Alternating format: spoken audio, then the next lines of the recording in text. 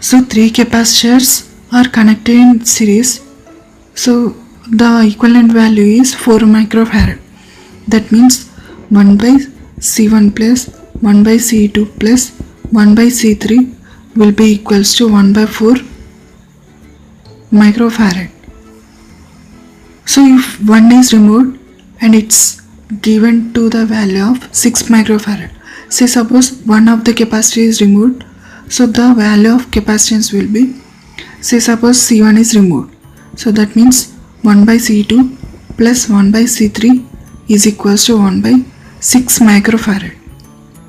So if we subtract these two equations, so 1 by C2, 1 by C2, 1 by C3, 1 by C3 will be gets cancelled.